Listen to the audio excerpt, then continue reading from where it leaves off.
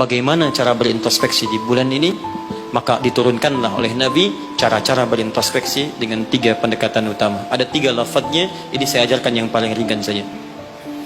Kalau terkait dengan dosa-dosa keseharian, maka lakukan zikir Nabi Adam. Quran surah ke-7 ayat 23. Saya yakin kita hafal.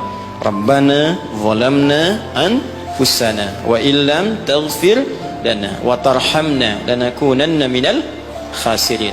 Bacakan itu minimal setelah selesai kita salat. Astaghfirullah, astaghfirullah, astaghfirullah. Allahumma antas salam, minkas salam, tabarakta ya dzal jalali wal ikram. Perbanyak zikir tadi. Rabbana zalamna anfusana wa illam taghfir lana wa tarhamna lanakunanna minal khasirin. Tapi mohon sekali, ketika Anda bacakan zikir ini, jangan sekadar diucapkan di lisan. Bayangkan Anda punya persoalan apa dalam kehidupan. Ketika Anda bacakan, mata Anda zalim, rasakan kezaliman itu. Ketika dengan orang tua tak bagus, bayangkan perbuatan buruk yang sedang Anda kerjakan. Begitu Anda bacakan, air mata Anda menetes, seketika ampunan Allah akan diturunkan kepada kita. Dan gugur perbuatan buruk yang pernah kita lakukan. 2, ini cepat. Ada dosa yang terkait dengan aktivitas pekerjaan yang sedang kita lakukan. Kenal Nabi Yunus? Bagus. Nabi Yunus itu kan berdakwah, bekerja, beraktivitas. Cuma sayang dalam pekerjaan itu tantangannya begitu tinggi. Nanti ada lain kali kalau ngaji kesini lagi, jangan ngambil yang jauh-jauh ya, yang Anda butuhkan aja. Ya, ini kan teman-teman ada di dunia pekerjaan. Kenapa Anda nggak mengeluarkan fikih bisnis dalam Al-Quran? Manajemen misalnya bisnis dalam Al-Quran, tentang pekerjaan, itu aja yang dibahas. Itu lebih terasa nanti apa yang kita butuhkan, itu yang kita dapatkan. Ada di Quran cara misalnya memudahkan kita mendapatkan kemudahan dalam pekerjaan. Tantangannya apa saja, ini yang terjadi kalau Anda bisnis begini, ini yang mungkin terjadi pada orang, penyakit ini yang muncul dari ria untuk diri yang meraih kesuksesan, dari yang iri hati, yang dengki, mengobatinya bagaimana, ada semua. Nah, Nabi Yunus salah satu tipikal yang dicontohkan oleh Allah. Sedang beraktivitas, bekerja, dapat tantangan tidak biasa. Ingat ini ya, kalau tantangannya begitu tinggi, maka lawannya sepadan. Di balik itu Allah ingin menganugerahkan anugerah yang tidak biasa. Karena ujian berat tidak akan diberikan pada orang kecil.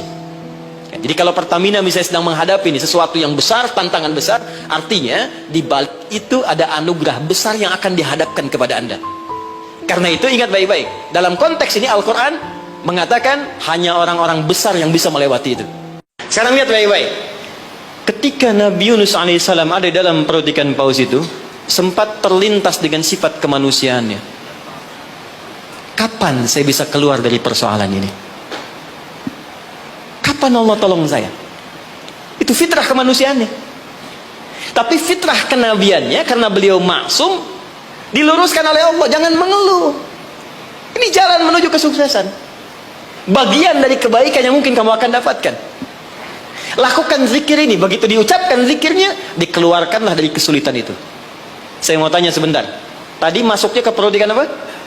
Ikan paus. Tapi ketika dikeluarkan, bahasa Qurannya bukan saya keluarkan dari perut ikan paus, tapi Allah katakan dengan kalimat yang sangat indah. Di ujungnya ditutup, siapapun yang punya persoalan yang sama seperti Yunus, kalau melakukan zikir yang sama, aku akan bebaskan dari setiap kesulitan aktivitas yang sedang ia lakukan. Buka Quran surah ke-21 ayat 87 sampai 88. Wa dhannuni idh dhahaba mughadiban fa dhanna an lan naqdira alayhi fanada fi dhulumati alla ilaha illa anta subhanaka inni kuntu minadh zalimin fastajabna lahu fanajjaynahu minal gham. Masuk ke perut ikan paus tapi dikeluarkan bahasanya menggunakan gham. Apa itu gham? Gham itu secara singkat awan gelap yang menaungi. Ghammun. Orang Arab menggunakan kalimat gham pada setiap peristiwa yang membuat kita gelap, pengap, lelah, capek. Anda yang ngajukan tender, Anda yang dapat proyek diserobot oleh orang lain. Bukankah tiba-tiba merasa lemas? Langsung gelap, padahal matahari begitu terang.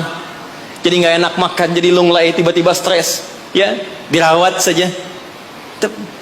Anda yang mencoba melamar, tiba-tiba dipinang oleh orang lain. Ya, gelap, capek, lunglai. Ya, gelap, itu gham namanya. Jadi maaf, ada orang yang memang nggak masuk ke perut ikan paus, tapi mengalami peristiwa yang luar biasa.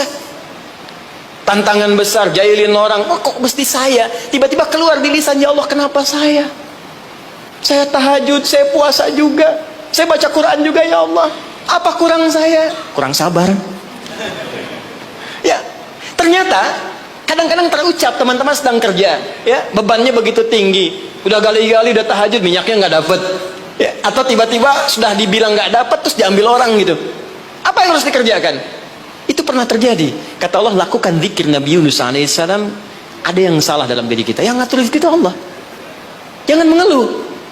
Ya, 2 kali lipat motivasi, munculkan lagi, petakan lagi, tambah lagi pengetahuannya, kerja lebih maksimal lagi, maka pembukanya dibuka dengan kalimat zikir. Ini yang membebaskan kita dari kesulitan. Jadi kalau Anda sedang praktek kerja dimanapun, offshore kah itu atau di darat kah, atau ada kesulitan di kantor, bacakan zikir ini.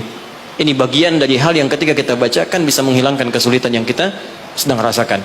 Rabbana, masih ingat?